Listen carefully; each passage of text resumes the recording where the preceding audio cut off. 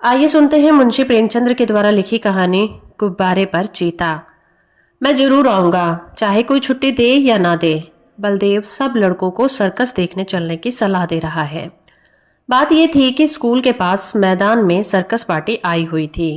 सारे शहर की दीवारों पर उसके विज्ञापन चिपका दिए गए थे। विज्ञापन तरह तरह के जंगली जानवर अजीब अजीब काम करते दिखाई देते थे। लड़के तमाशा देखने के लिए ललचा रहे थे।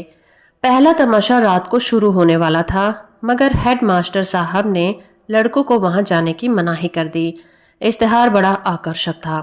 आ गया है, आ गया है। जिस तमाशे की आप लोग भूख प्यास छोड़कर इंतजार कर रहे थे, वही बरबस सर्कस आ गया है। आइए और तमाशे का आनंद उठाइए। बड़े बड़े खेलों के सिवा एक खेल और भी दिखाया जाएगा, जो ना किसी ने देखा होगा और ना ही सुना होगा। लड़कों का मन तो सर्कस में लगा हुआ था। सामने किताबें खोले जानवर की चर्चा कर रहे थे। क्योंकि शेर और बकरी एक बर्तन में पानी पिएंगे, और बड़ा हाथी पैर गाड़ी पर कैसे बैठेगा। पैर गाड़ी के पहिए बहुत बड़े बड़े होंगे। तोता बंदूक छोड़ेगा और बन मानुस बाबू बनकर मेज पर बैठेगा।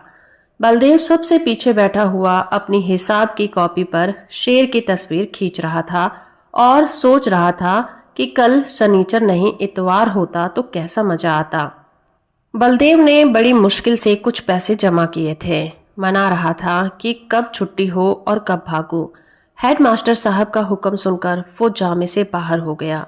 छुट्टी होते ही वो बाहर मैदान में निकल आया और लड़के से बोला, मैं तो जाऊंगा, जरूर जाऊंगा, चाहे कोई छुट्टी दे या ना दे। मगर और लड़के इतने साहसी ना थे। कोई उसके साथ जाने को राजी ना हुआ। बलदेव अब अकेला पड़ गया था, मगर वो बड़ा जिद्दी था।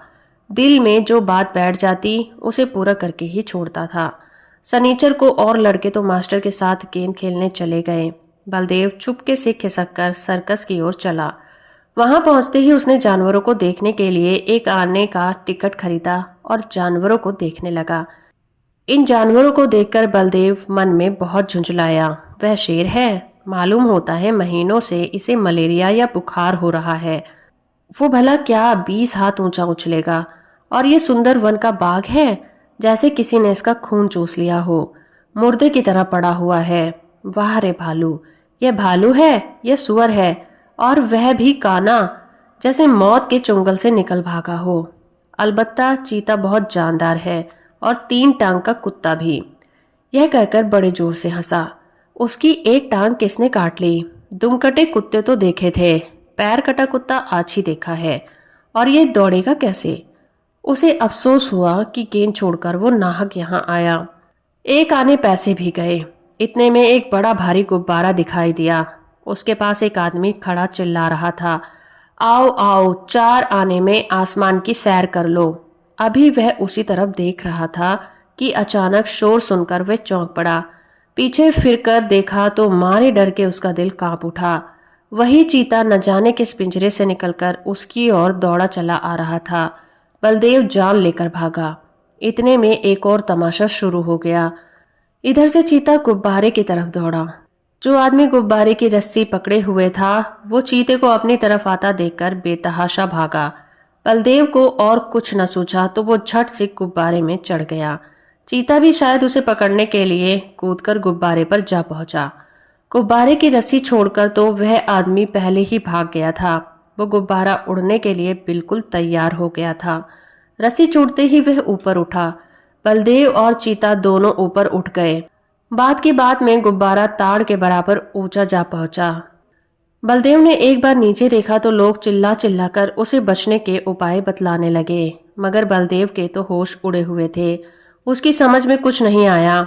जो जो गुब्बारा ऊपर उठता जाता था, चीते की जान निकली जाती थी। उसकी समझ में ना आता था कि मुझे आसमान की ओर लिए जाता है, कि कौन मुझे आसमान की ओर लिए जाता है। वो चाहता तो बड़ी आसानी से बलदेव को चट कर जाता, मगर उसे अपनी ही जान की फिक्र पड़ी हुई थी। सारा चीतापन भूल गया था। आखिर वो इतना डरा कि उसके हाथ पांव फूल गए थे और वो फिसलकर उल्टा नीचे जा गिरा। जमीन पर गिरते ही उसकी हड्डी पसली चूर चूर हो गई। अब तक तो बलदेव को चीते का डर था। अब यह फिक्र हुई कि गुब्बारा मुझे कहाँ लिए जाता है। वो एक बार घंटा घर की मीनार पर चढ़ा था। ऊपर से उसे नीचे के आदमी खिलौने कैसे दिखाई दिए थे, मगर इस वक्त वह उसे कई गुना ऊंचा था। एकाएक उसे एक बात याद आई।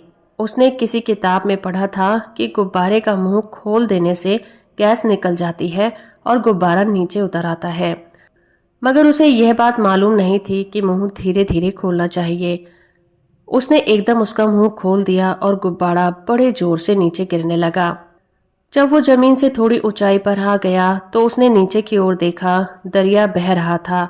फिर तो वो रस्सी छोड़कर दरिया में कूद पड़ा और तैरकर निकल गया। तो दोस्तों, अभी आप सुन रहे थे मुंशी प्रेमचंद्र के द्वारा लिखी एक छोटी सी कहानी गुब्बारे पर चीता। उम्मीद करती हूँ मेरा ये प्रयास और ये कहानी आपको अच्छी लगी होगी। वीडियो को लाइक और चैनल को सब्सक्राइब करना बिल्कुल मत भूलिएगा।